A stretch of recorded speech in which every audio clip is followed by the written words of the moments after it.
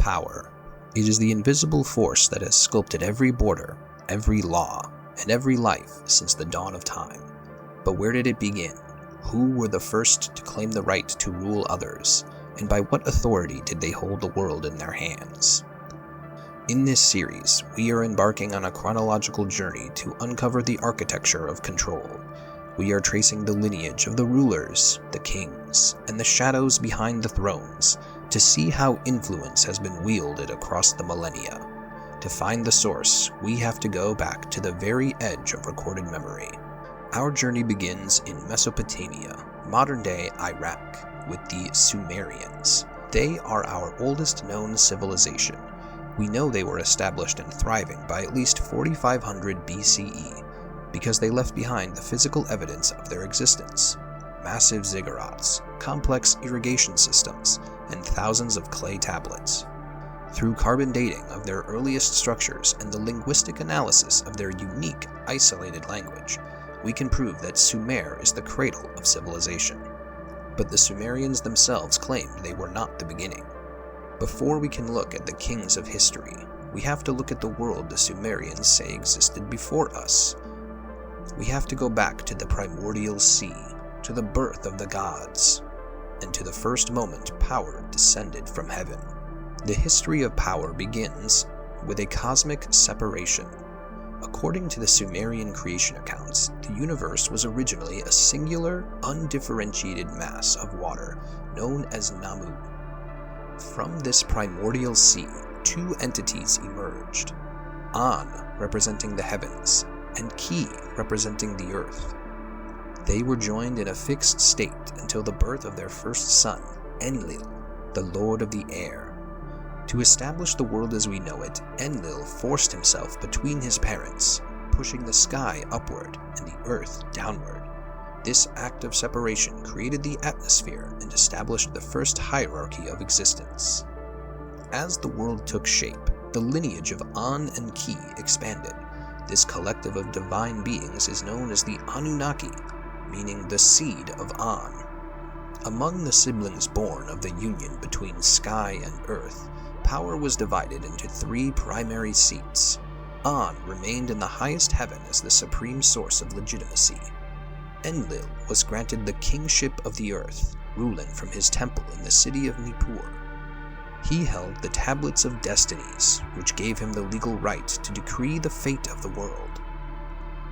Enki, the brother of Enlil, was the master of wisdom and craft. He descended to the Abzu, the vast freshwater ocean that the Sumerians believed existed beneath the Earth's surface.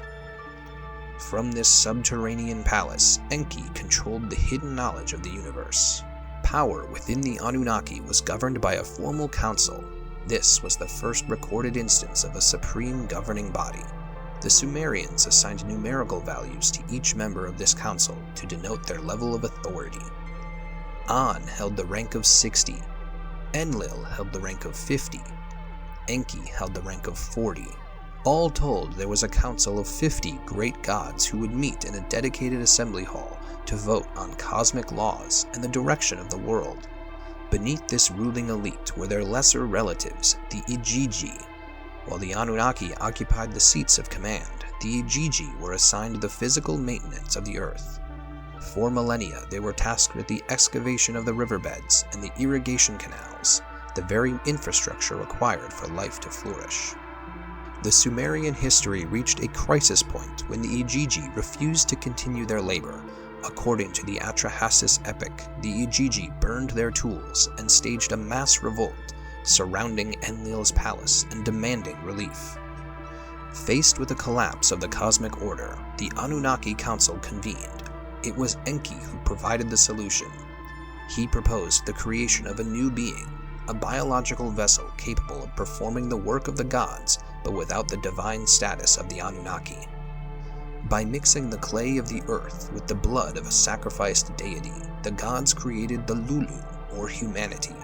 We were brought into existence for a singular purpose, to bear the yoke of the gods and maintain the physical world. However, as the human population grew, a gap remained between the divine rulers and the primitive workers. Humanity possessed the strength to work, but lacked the knowledge to govern. To bridge this gap, Enki would eventually send the 7 sages up from the depths of the Abzu, the Apkallu. These 7 beings are described as having the bodies of fish but the heads and feet of men beneath their scales. They emerged from the Persian Gulf and lived among humans during the day, returning to the waters at night. The first and most important of these beings was Adapa. While the other sages were semi-divine, Adapa is uniquely described as a human whom Enki perfected with divine wisdom. He was not a king, but he was the first priest. He was tasked with providing the knowledge of the gods to the first man appointed to rule, Alulim. This marks the start of the antediluvian age, roughly 250,000 BCE. The first king, Alulim, held the authority to rule the city. Adapa stood beside him as his advisor. Alulim was the first king of the city of Eridu, and Adapa stood beside him as his advisor. Together they established the first laws and the first temple. The tablets recorded that Alulim ruled Eridu for 28,800 years. The story of Adapa takes a critical turn when he was out fishing in the Persian Gulf to provide food for the temple. The south wind blew unexpectedly, upsetting his boat. In his anger, Adapa used the power of his divine wisdom to break the wing of the south wind, causing the wind to stop blowing for 7 days. When the supreme god An noticed the wind had died, he demanded to know who was responsible. Upon learning a human had such power, he summoned Adapa to the highest heaven to answer for his actions. Enki, fearing for Adapa's life, warned him not to eat or drink anything offered in heaven, claiming it would be the bread and water of death.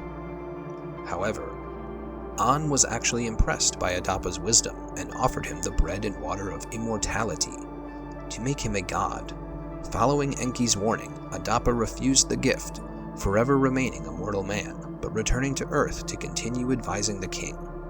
According to the Sumerian records, this ancient civilization was structured into 5 major city-states. These 5 cities were aligned along the ancient course of the Euphrates River. Eridu, the furthest south, the religious heart and the oldest city. Bad Tibira, located 40 miles northeast, known as the industrial center for metalworking. Larak, a strategic inland city sitting between 2 great rivers. Sipar, the northernmost city, dedicated to the sun god and the center of law. And Shurupak, the central hub and the eventual capital of the empire's grain supply. Mainstream archaeology has found small settlements dating back to about 5400 BCE. However, the descriptions given to us from the Sumerian texts suggest that the populations in these cities ranged anywhere from 10,000 to 50,000 people. Alulim, the first king, ruled in Eridu, and he ruled for 28,800 years. The second king, Alalnar, ruled for 36,000 years. These 2 kings established the first temples and the first irrigation systems. When the kingship left Eridu, it moved to the metalworking capital of Bad Tibira. The next king was Enmen-Lu-Ana, and he ruled for 43,200 years. The next king after him was Enmen-Gal-Ana, who ruled for 28,800 years. The next king was Dumuzid, a ruler known as the Shepherd, who ruled for 36,000 years. The kingship then moved to Larak, where the next king, En-Sipad Zid Ana, ruled for 28,800 years. The next king, En-Men-Dur-Ana, ruled from Sipar, ruling for 21,000 years. He is remembered for bringing the secrets of astronomy and divination from heaven to earth. The final king of this era ruled from Shurupak.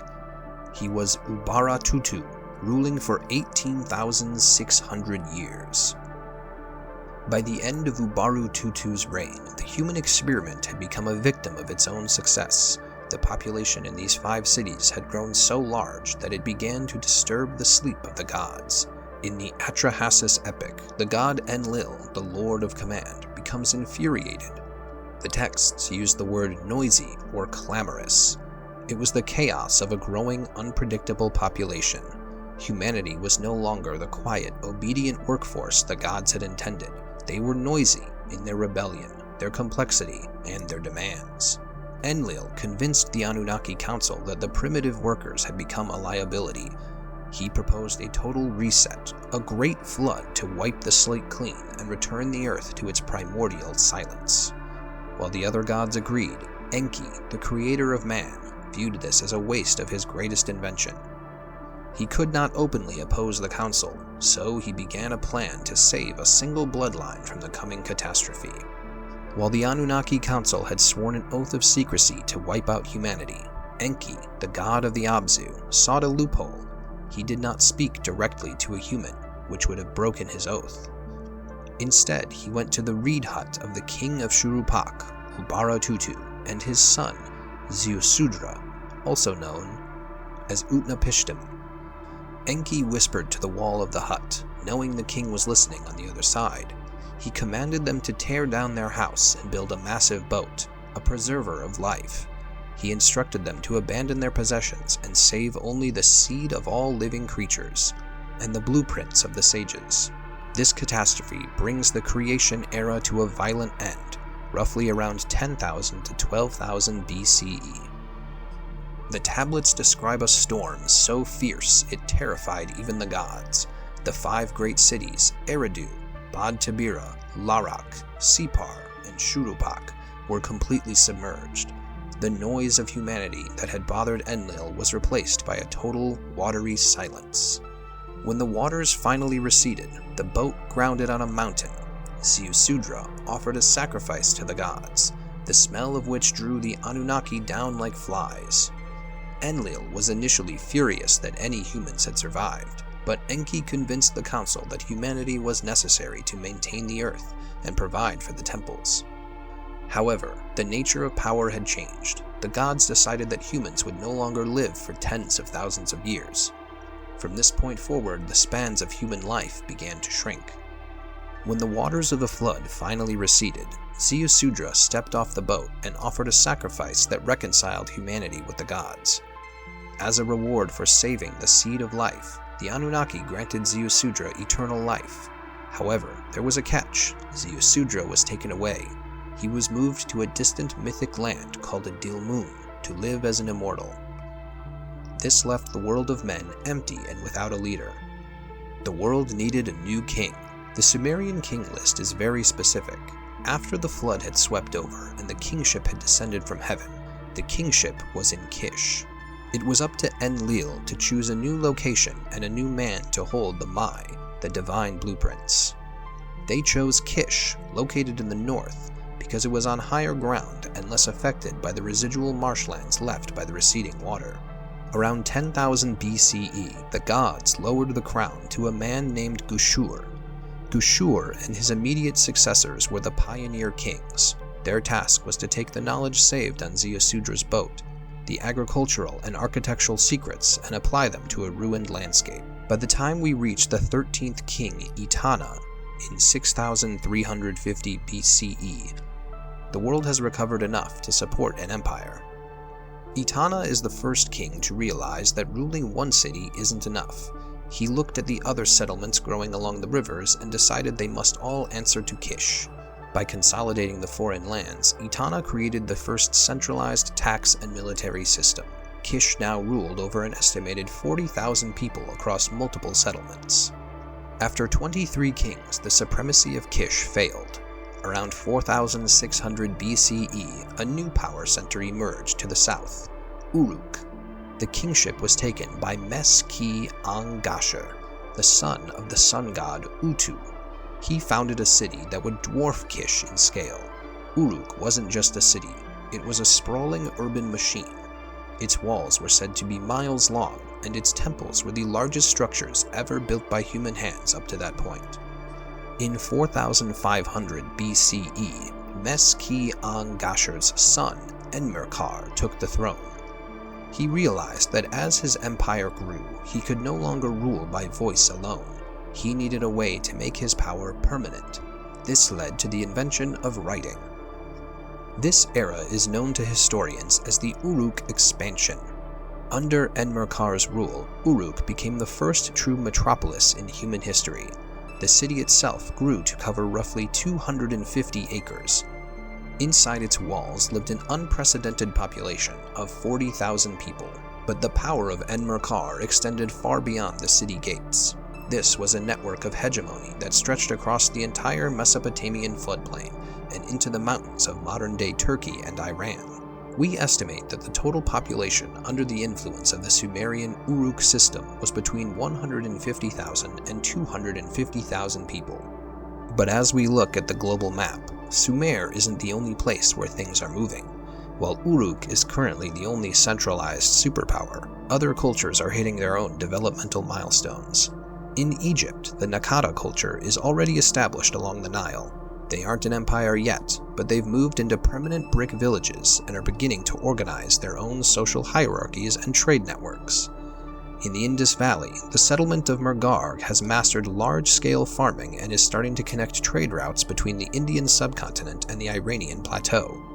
In North America, indigenous groups are already finishing the construction of the Watson Brake Mounds in Louisiana, proving that organized large-scale labor was happening in the West much earlier than we used to think.